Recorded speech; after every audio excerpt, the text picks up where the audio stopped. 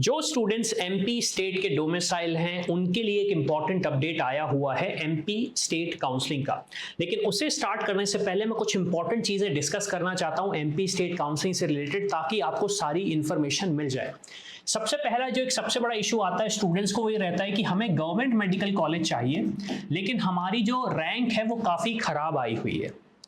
तो देखिए, MP state एक ऐसा स्टेट है जहां पे स्पेशल कोटाज अवेलेबल हैं। स्पेशल कोटाज में अगर मैं बात करूं तो एक कोटा होता है फ्रीडम फाइटर का। मतलब ये है कि अगर आपकी फैमिली में कोई फ्रीडम फाइटर है, इसका एक अलग से प्रोफार्मा होता है, उसके भी मैं अलग से सेपरेट वीडियो बनाने वाला हूं। तो अगर आपकी फैमिली में कोई फ्रीडम फाइटर है तो उनके बेसिस पे आपको एक अच्छा मेडिकल कॉलेज मिलने के चांसेस बढ़ जाते हैं। फिर दूसरा आता है सैनिक कोटा। सैनिक कोटा जिसको हम एक्स सर्विसमैन भी बोलते हैं। अब इसमें यह होता है कि अगर आपके मम्मी पापा अगर डिफेंस सर्विसेज में हैं, यही नहीं कि एमपी में हो लेकिन एमपी के बाहर भी हो, आप एमपी के डोमिसाइल हैं, तो आपको एक्स सर्विसमैन कोटा या फिर सैनिक कोटा से भी एक गवर्नमेंट मेडिकल कॉलेज मिलने के चांसेस बढ़ जाते हैं। फिर तीसरा कोटा आता है गवर्नमेंट स्कूल। अब गवर्नमेंट स्कूल कोटे का मतलब यह है कि अगर आपने अपनी पढ़ाई गवर्नमेंट स्कूल से करी हुई है तो आपको एक अच्छा गवर्नमेंट मेडिकल कॉलेज मिलने के चांसेस मिल जाते हैं। क्यों? क्योंकि आपके लिए सेपरेटली 5% की सीट्स रिजर्व रहती हैं एमपी स्टेट में, गवर्नमेंट कॉलेज में भी और प्राइवेट मेडिकल कॉलेज में भी।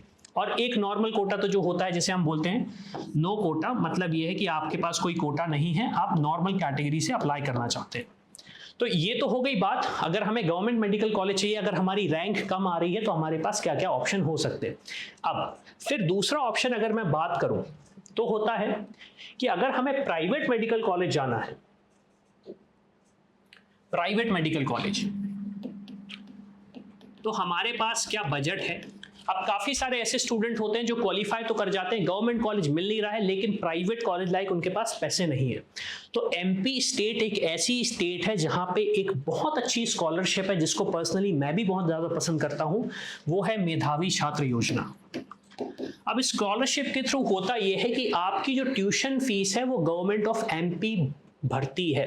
तो इससे आपके पास एडवांटेज क्या हुआ, मान लीजिए आपको कोई प्राइवेट मेडिकल कॉलेज अलॉट हुआ और आपको लगता है कि इसकी फीस बहुत ज्यादा है, आप तो अफोर्ड ही नहीं कर सकते, आप अपना एमबीबीएस का ड्रीम छोड़ रहे हैं क्योंकि गवर्नमेंट मेडिकल कॉलेज मिल नहीं रहा है और प्राइवेट लाइक आपके पास फीस नहीं है, तो ये एक बहुत अच्छा ऑप्शन है जिस स्कॉलरशिप का यूज करके आप एक प्राइवेट मेडिकल कॉलेज में अगर आप क्वालिफाइड हैं तो एडमिशन ले सकते हैं और अपना जो सपना है एमबीबीएस पूरा करने का, एमबीबीएस पूरा करके डॉक्टर बनने का, वो पूरा कर सकते हैं। ये भी अवेलेबल है स्टूडेंट्स के लिए। फिर इसके बाद वो स्टूडेंट्स आते हैं ऑब्वियसली जो एनआरआई कोटे से एडमिशन लेना चाहते हैं। तो एमपी स्टेट में प्राइवेट मेडिकल कॉलेजेस में एनआरआई सीट्स होती हैं अराउंड, किसी कॉलेज में 23 सीट होती हैं, किसी कॉलेज में 38 सीट होती हैं। लेकिन हाँ, जो स्टूडेंट्स सिर्फ क्वालिफाइंग मार्क्स पे एक प्राइवेट मेडिकल कॉलेज या एमबीबीएस में एडमिशन लेना चाहते हैं तो एनआरआई कोटे के थ्रू आप एडमिशन ले सकते हो एमपी स्टेट के प्राइवेट मेडिकल कॉलेजेस में। अब कुछ क्वेश्चन स्टूडेंट्स के ये होते हैं कि क्या एमपी में सेमी गवर्नमेंट कॉलेज है। तो एट प्रेजेंट अगर हम बात करें तो एमपी में कोई सेमी गवर्नमेंट कॉलेज नहीं है, इसलिए सिर्फ और सिर्फ आपके पास गवर्नमेंट कॉलेज के ऑप्शन है या फिर उसके अलावा आपके पास प्राइवेट मेडिकल कॉलेज के ऑप्शन है। अब एक क्वेश्चन स्टूडेंट के पास ये आता है कि कट ऑफ क्या जाने वाला है, अगर मैं प्राइवेट मेडिकल कॉलेज टारगेट कर रहा हूं या फिर मैं गवर्नमेंट मेडिकल कॉलेज टारगेट कर रहा हूं तो मेरे लिए कट ऑफ क्या रहेगा। लेकिन सबसे इंपॉर्टेंट चीज जो स्टूडेंट्स को नहीं पता होती वो ये है कि अगर मैं बात करूं एम्स भोपाल की, तो क्या एम्स भोपाल में मेरे एडमिशन होने के चांसेस ज्यादा हैं या नहीं। तो आंसर है आपका एम्स भोपाल की जो काउंसलिंग होती है वो ऑल इंडिया में होती है, जो कि कराती है एमसीसी। यहां पे आप एमपी के डोमिसाइल हैं या नहीं हैं, आपके पास फ्रीडम फाइटर का कोटा है या नहीं है, आप गवर्नमेंट स्कूल से पढ़े हैं या नहीं पढ़े हैं, ये सारे के सारे वैलिड नहीं होते, कोई यूज नहीं है एम्स भोपाल के लिए। एम्स भोपाल छोड़ के जो भी मेडिकल कॉलेजेस हैं उसमें आपके ये सारे के सारे रूल्स लागू होंगे। अब एक अपडेट आया हुआ था एमपी गवर्नमेंट की तरफ से, मैं आपको वो दिखाता हूं। अपडेट ये है कि आपका शेड्यूल क्या होने वाला है। अब अगर मैं शेड्यूल की बात करूं तो आप देखें जो ऑनलाइन रजिस्ट्रेशन स्टार्ट होने वाला है वो होने वाला है आपका स्टार्ट 12 अगस्त से लेके 20 अगस्त तक का। यहां पे टाइमिंग नोट करके रखें 11:59। पब्लिकेशन ऑफ वैकेंसीज मतलब सीट मैट्रिक्स आपका आएगा 14 तारीख को। 15 तारीख को अगर आपको कोई वैकेंसीज का ऑब्जेक्शन है आप वो फिल कर सकते हैं 15 अगस्त तक। 15 अगस्त सर ये तो लीव होता है, क्या वहां पे काम होगा? यस, एक चीज मेंशन की गई है बहुत अच्छे से कि जो भी सैटरडे संडे या गैजेटेड हॉलीडेज हैं इनको वर्किंग ही कंसीडर करेंगे पार्टिसिपेटिंग इंस्टीट्यूशन। तो मान लीजिए आपको एडमिशन लेना है और कल संडे है तो भी आप कॉलेज में जाके एडमिशन ले सकते हैं, और एडमिशन नहीं मिल रहा है, वहां पे कोई अथॉरिटी नहीं है, वहां पे कोई टीचर नहीं है, तो आप इसकी कंप्लेंट भी बाकायदा कर सकते हैं। हालांकि ये चीज तो होगी नहीं, लेकिन फिर भी मैं आपको बता रहा हूं। अब अगर हम आगे डिस्कस करें तो आप देखिए डिस्पोजेबल ऑब्जेक्शन आपका हुआ 16 तारीख तक। स्टेट मेरिट लिस्ट आएगी, ये सबसे इंपॉर्टेंट चीज है। 21 अगस्त 2024 जब मेरिट लिस्ट आएगी तो इसके बेसिस पे आपको एक अच्छे से आइडिया लगेगा कि आपको एक गवर्नमेंट मेडिकल कॉलेज मिलने के चांसेस कितने हैं, एक प्राइवेट मेडिकल कॉलेज मिलने के चांसेस कितने हैं। इससे बहुत सारी चीजें आपको क्लियर हो जाएंगी। देखिए काफी सारा कंफ्यूजन स्टूडेंट को होता है आपकी ऑल इंडिया रैंक पे, आपकी कैटेगरी रैंक पे, लेकिन जो स्टेट रैंक है आपकी, जो स्टेट मेरिट लिस्ट है, उसमें बहुत सारी चीजें क्लियर हो जाती है, अब हमारे पास आ रहा है चॉइस फिलिंग का टाइम। तो चॉइस फिलिंग का टाइम हमारा होगा 22 तारीख से लेके 26 तारीख तक। हमारा टाइम स्टार्ट होगा 22 तारीख से लेके 26 तारीख तक। रिजल्ट हमारा 29 तारीख को आएगा। Okay, reporting at allotted medical dental college in person for the document verification and admission आपका 31 अगस्त से लेके 4 सितंबर तक आपको ये करना है। और इनकेस अगर आपको लगता है नहीं मेरे पास बेटर ऑप्शन है, मैं बेटर ऑप्शन की तरफ बढ़ना चाहता हूं, तो आप 31 तारीख से लेके 7 तारीख तक आप अपना कैंसिलेशन कर सकते हैं। Of for upgradation through candidates login after admission bye candidate. तो मान लीजिए आप एडमिशन ले लेते हैं लेकिन आपको अपग्रेडेशन करना है, तो वो भी 31 से लेकर 7 तारीख तक करना है। अब सबसे बड़ा सवाल, मुझे करना क्या चाहिए?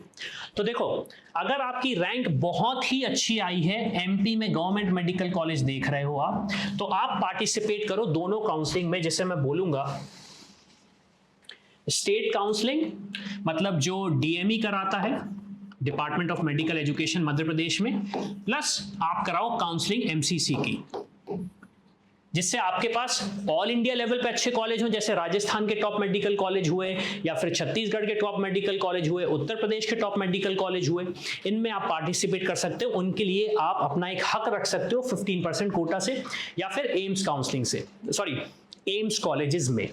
उसके बाद अगर आपको लगता है नहीं मेरी रैंक थोड़ी सी गड़बड़ है, तो मेरा सजेशन रहेगा आप एमपी काउंसलिंग ही करें, तो ज्यादा बेटर रहेगा आपके लिए, क्योंकि यहां पे आपके पास चांसेस हैं 85% कोटा के। यहां पे आपके पास चांसेस हैं 85% कोटा के। अब कुछ स्टूडेंट्स वो भी होंगे जो बोलेंगे कि ठीक है गवर्नमेंट कॉलेज हमें नहीं मिल रहा है, प्राइवेट कॉलेज में हम जाना नहीं चाह रहे, लेकिन एमबीबीएस हमें करना है, ड्रॉप हमारा बहुत ज्यादा हो गया, तो उसके लिए ऑप्शंस हैं एमबीबीएस अब्रॉड के। अगेन वो एक डिफरेंट चीज है, लेकिन अगर एमबीबीएस अब्रॉड में भी एडमिशन लेना चाहते हैं तो उसके लिए हमारी हेल्पलाइन खुली है, जाइए डिस्क्रिप्शन में डिटेल में फिल करिए और हमारी टीम से डिस्कस करिए। अब जिसका सबसे ज्यादा वेट कर रहे थे स्टूडेंट्स वो ये है कि कट ऑफ क्या जाएगा।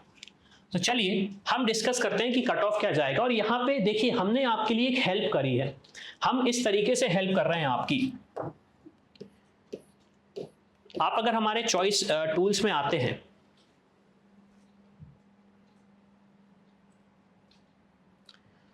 तो चॉइस फिलिंग कैसे करना है, आपको काउंसलिंग कैसे करना है, इसके लिए हमने एक हेल्प आपको करी है। वो ये है कि आप देख सकते हैं आपका काउंसलिंग हेल्प बुक का पीडीएफ रेडी है, एमबीबीएस और बीडीएस का दोनों का कॉलेज प्रेडिक्टर रेडी है, जिसके बेसिस पे आपको ये समझ में आ जाएगा कि आपको कॉलेज मिलने के चांसेस कितने हैं। अब अगर मैं डिस्कस करूं कि कट ऑफ क्या जाएगा, तो हम एक पर्टिकुलर कैटेगरी के लिए कट ऑफ देख लेते हैं। एंड यहां पे लॉग इन करना पड़ेगा।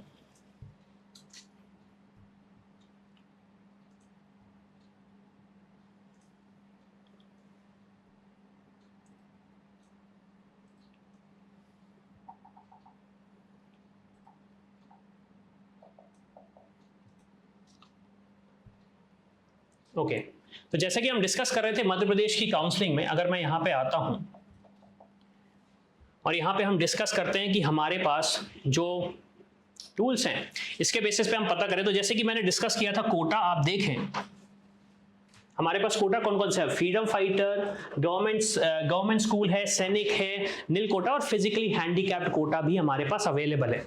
लेकिन अब मैं अगर डिस्कस करूं कट ऑफ क्या जाने वाला है,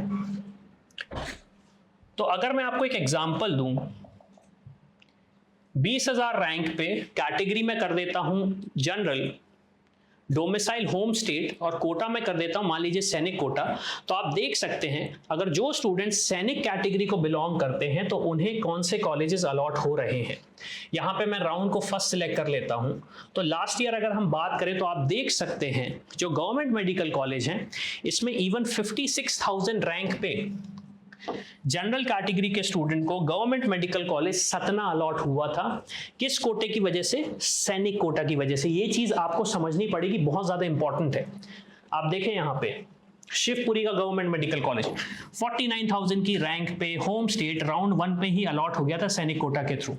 तो प्लीज आप मेक श्योर करें आपके पास ये स्पेशल कोटाज हैं, इनके लिए स्पेशली अलग से मैं एक वीडियो बनाने वाला हूं जिसमें आपको ये सारी की सारी इंफॉर्मेशन मिल जाएगी। तो मेक श्योर करो आप चैनल को सब्सक्राइब कर लो, इस वीडियो को देख रहे हो तो इन टूल्स को यूज करना चाहते हो तो जाओ डिस्क्रिप्शन में आपको उनकी लिंक भी मिल जाएगी, जाके इन टूल्स को यूज करो। और कोई भी क्वेश्चन होता है तो प्लीज मेक श्योर करो कि आप उसे रीच आउट करो, हमारी टीम को क्वेश्चन पूछो। और इसी के साथ मैं हूं अविनाश, मेरा काम है रास्ता दिखाना, उस पर चल के डॉक्टर बनना आपका। I hope you like this video. For more such videos, keep watching our channel And do not forget to like, share and subscribe.